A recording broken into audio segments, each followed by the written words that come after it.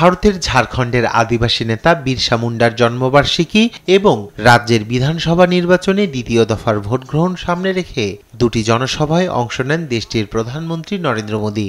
নির্ধারিত সূচি অনুযায়ী প্রচার সভা সেরে দেওঘর থেকে বিমানে দিল্লি ফিরছিলেন মোদী, তখনই ঘটে বিপত্তি।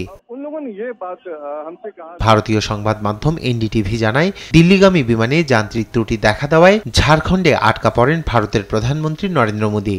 যান্ত্রিক ত্রুটির সমাধান না হওয়া পর্যন্ত এবং ভারতীয় বিমান বাহিনীর বিমানকে নয়াদিল্লি থেকে দেওঘরে না পাঠানো পর্যন্ত বিমানবন্দরেই ছিলেন মোদী।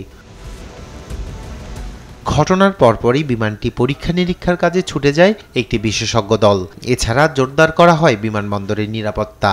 যখন ত্রুটি ধরা পড়ে, প্রধানমন্ত্রী মোদী তখন বিমানেই ছিলেন এবং দেওঘরে বিমানটি থামানোর সিদ্ধান্ত নেওয়া হয় বলে জানায় কর্তৃপক্ষ।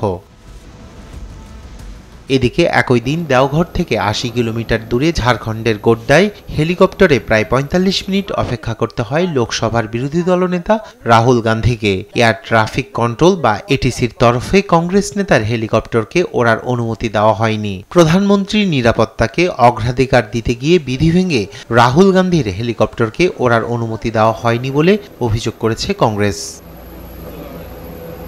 রায়হান কবির শুভ্র, নিউজ ডেস্ক, দেশ টিভি।